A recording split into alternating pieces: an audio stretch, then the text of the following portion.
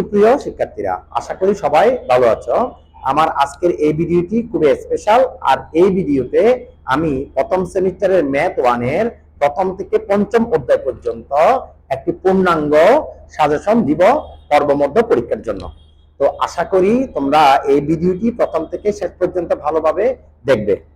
সম্পূর্ণ নির্ণায়ক চ্যাপ্টারটি কিভাবে তোমার আয়ত্তের মধ্যে নিয়ে আসবা এটি তোমাকে দেখিয়ে দিই। তাহলে এটি একটি নির্ণায়কের ম্যাথ। এই নিয়মটি যারা বুঝে তারা এই নির্ণায়ক অধ্যায়ে 80% অঙ্ক শেষ করতে পারে। যেমন কিভাবে, এটির আগে হবে প্লাস, এখানে হবে কি মাইনাস, এটির আগে প্লাস, বাস। অর্থাৎ প্রথম রূপ। তাহলে দেখো a1 আমরা কমন নিব। a1 কমন নিলে এখানে কি থাকবে, তার রো বাদ যাবে, কলাম বাদ যাবে। তাহলে কি থাকবে বলতো, এটার সাথে এটা গুণ, তারপরে কি চিহ্ন হবে, সূত্রে প্লাসের পরে, যেহেতু এটা নতুন ভাবে একটা প্রশ্ন তৈরি হলো, তাহলে প্লাসের পরে কি হবে, মাইনাস। তাহলে এখানে হবে মাইনাস, তাহলে C2, আর এখানে হবে কি V3। এরপরে আসি কি চিহ্ন হচ্ছে, মাইনাস, এখানে দিব আমরা কি বলতো V1। তার রো বাদ যাবে, কলাম বাদ যাবে। তাহলে এখানে কি থাকবে, A2 A3 C2 C3। তাহলে নতুন ভাবে আরেকটি প্রশ্ন তৈরি হলো। তাহলে A2 এর সাথে আমরা C3 গুণ করলে হবে কি বলতো, A2 C3। তারপর সূত্রে কি চিহ্ন ব্যবহার করব, সব সময় মাইনাস চিহ্ন, A3 C2।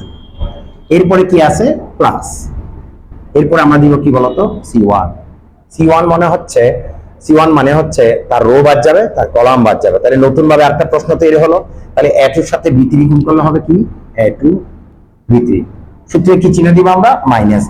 B2 এর সাথে আমরা A3 গুণ করব, তাহলে হবে মাইনাস B2 A3। এই নিয়মে তোমরা নির্ণায়ক নির্ণয় করবে। আচ্ছা, এখন দেখি এই অধ্যায়ের বড় প্রশ্নের জন্য যে সূত্রগুলো দরকার। বড় প্রশ্নের মধ্যে তোমাকে x এর মান নির্ণয় করতে বলবে, y এর মান নির্ণয় করতে বলবে, z এর মান নির্ণয় করতে বলবে। তাহলে লিখবা কি বলতো, dx/d, dy/d, dz/d।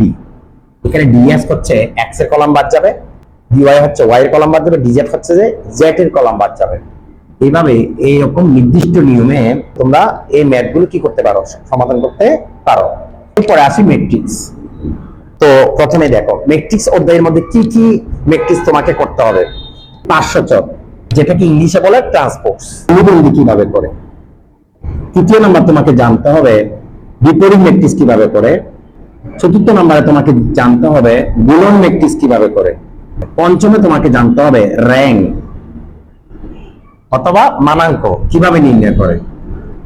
তাহলে এখানে এই ম্যাট্রিক্স অধ্যায়ের মধ্যে 5টি পদ্ধতি যদি তোমরা ভালোভাবে শিখে নিতে পারো, তাহলে এই ম্যাট্রিক্সের যতগুলো ম্যাথ আছে তোমাদের মূল বইয়ে, সবগুলো ম্যাথে কি করতে পারবে, খুব সহজভাবে সমাধান করতে পারবে।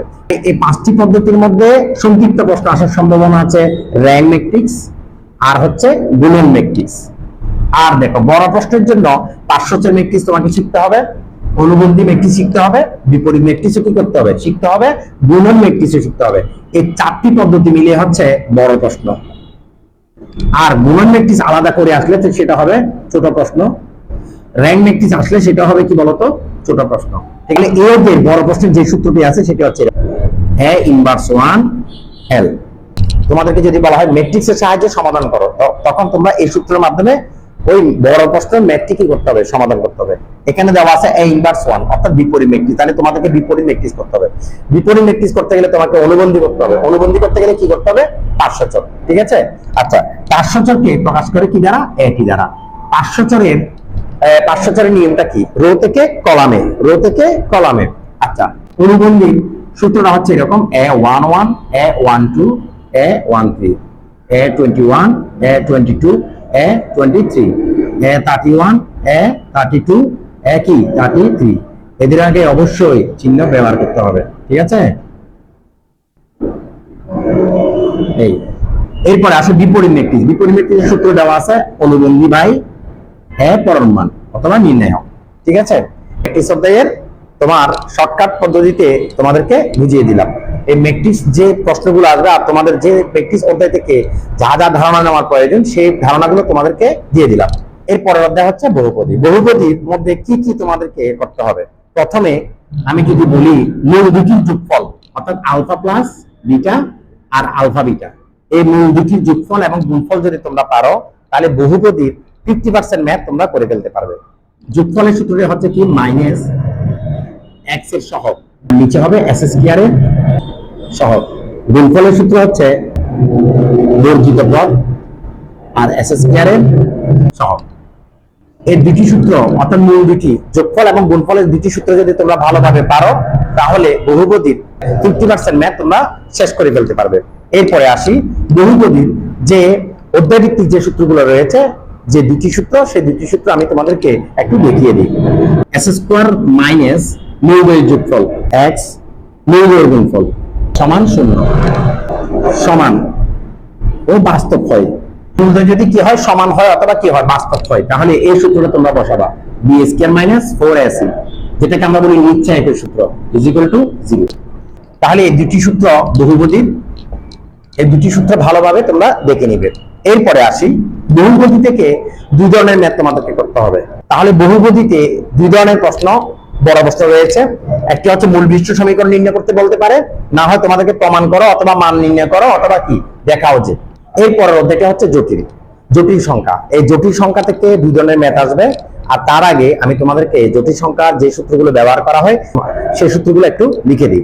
যেমন দেখো আই স্কয়ার সমান হচ্ছে -1 আর 1 সমান হচ্ছে -i স্কয়ার। 50% ম্যাথ তোমরা শেষ করতে পারবে। অর্থাৎ আই স্কয়ার সমান হচ্ছে -1 আর 1 সমান হচ্ছে কি -i স্কয়ার। ওকে, এরপরে আসো আরো কিছু সূত্র আছে। যেমন দেখো ওমেগা কি হচ্ছে 1 প্লাস ওমেগা স্কয়ার সমান হচ্ছে 0। এই দুটো সূত্র শিখতে পারলে তোমাদের আরো যে 20% রয়েছে সেই ম্যাথগুলো কি করতে পারবে, শেষ করতে পারবে। জটিল সংখ্যার অধ্যায় থেকে দুই ধরনের ম্যাথ আসতে পারে। যেমন দেখো জটিল সংখ্যা অধ্যায় থেকে দুই ধরনের ম্যাথ আসবে, বর্গমূল করো না হয় ঘনমূল করো। এই দুইটা প্রশ্ন থেকে যে কোনো একটা প্রশ্ন 100% আসবে। তাহলে এই গেল জটিল সংখ্যার প্রয়োজনীয় তথ্য। পরের অধ্যায়টা হচ্ছে বিন্যাস। বিন্যাসের যে সূত্রটা খুবই গুরুত্বপূর্ণ সেটা হচ্ছে এটা এনপিআর। আর বিন্যাস অধ্যায়ের মধ্যে কোন দুই ধরনের প্রশ্ন সবচেয়ে গুরুত্বপূর্ণ দেখো।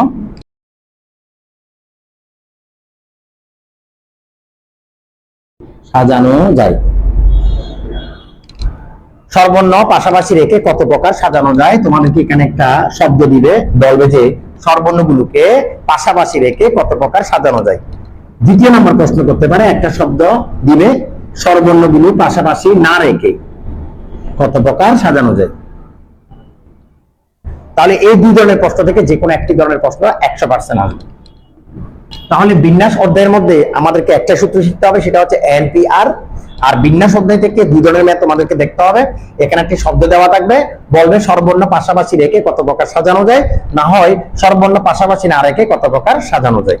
এটি হলো বিন্যাস। সর্বশেষ যে অধ্যায়টি রয়েছে সেটি হচ্ছে সমাবেশ। সমাবেশের সূত্র হচ্ছে এনসিআর। সমাবেশটা কি বলতো? সমাবেশটা হচ্ছে বাছাই করা, তারপর হচ্ছে কমিটি গঠন করা, দল গঠন করা। তো এই সমাবেশের এই ম্যাথগুলো খুবই সহজ। আর তোমরা এই সমাবেশের একটি উদাহরণ রয়েছে খুবই গুরুত্বপূর্ণ, সেই উদাহরণটি অবশ্যই তোমরা দেখে ফেলবে।